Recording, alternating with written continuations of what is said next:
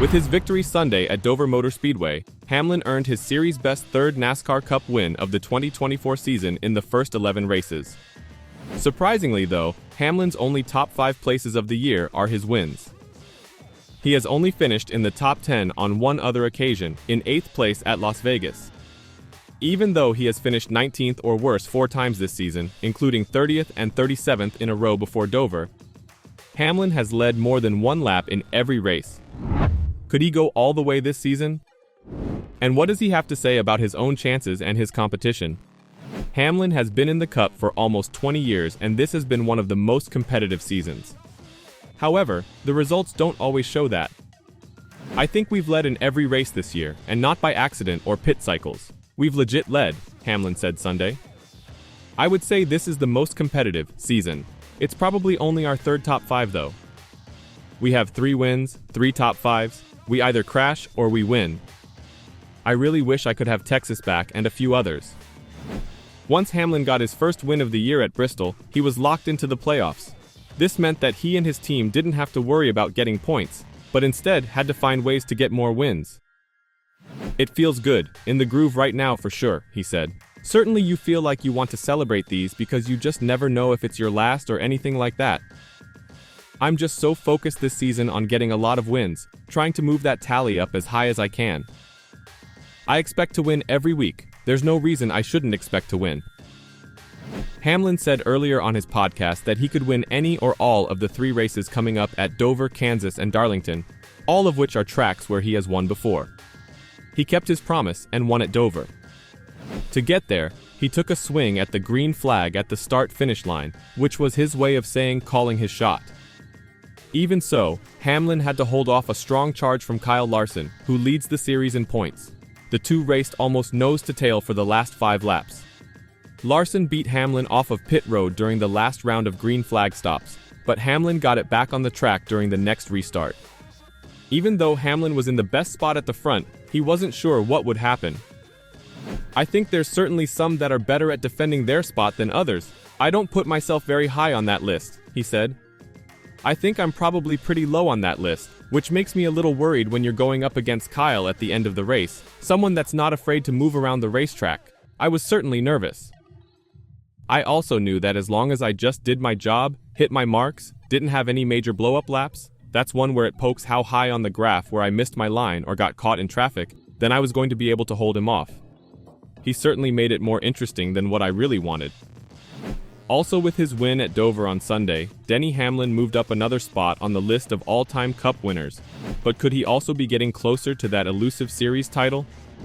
Even though the playoffs in NASCAR can be unfair to drivers with the most wins, Hamlin is one of the early favorites to win the Cup title. But that race doesn't happen for another 6 months. Can he keep his cool until then? His win Sunday was his 3rd of the year already and 54th of his career.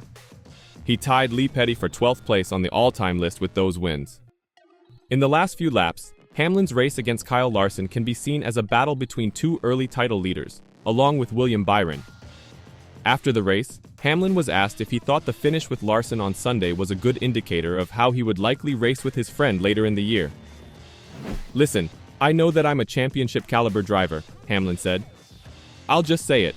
I think there's been worse drivers win a championship than me.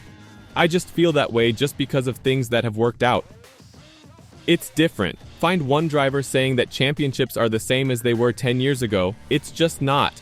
I care about wins and winning every single week because in the end I absolutely would take 60-some wins and no championship over 20-1. It's just not even close. I just think it's fun to be able to do it. When you can do it against someone that you really consider a big challenger in Kyle Larson, he's a champion, not a challenger. I'm probably the challenger.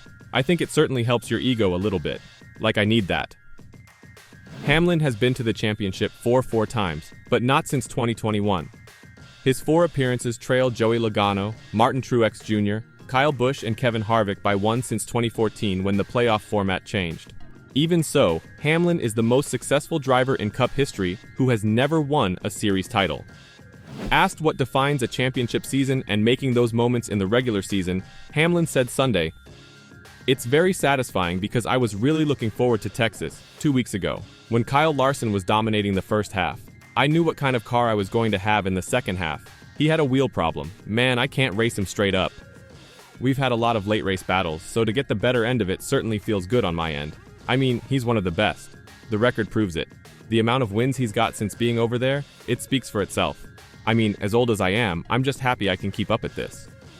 Also, Hamlin was asked how all of his past races against Larson had helped him on Sunday.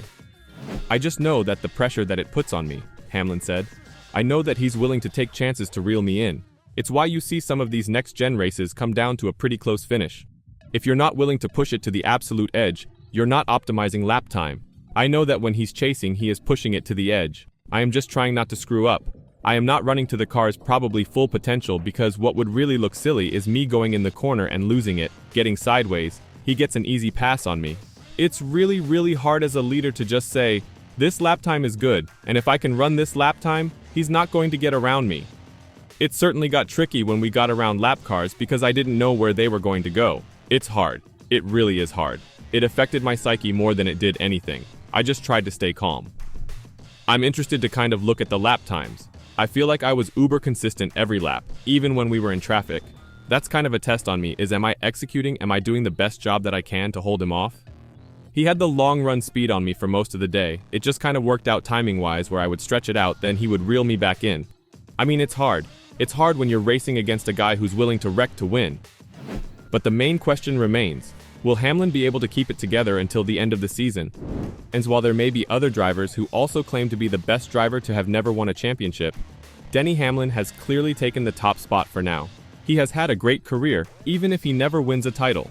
Besides the 54 races won, the NASCAR veteran has also won multiple crown jewels in 3 Daytona 500s, 3 Southern 500s, and a Coca-Cola 600.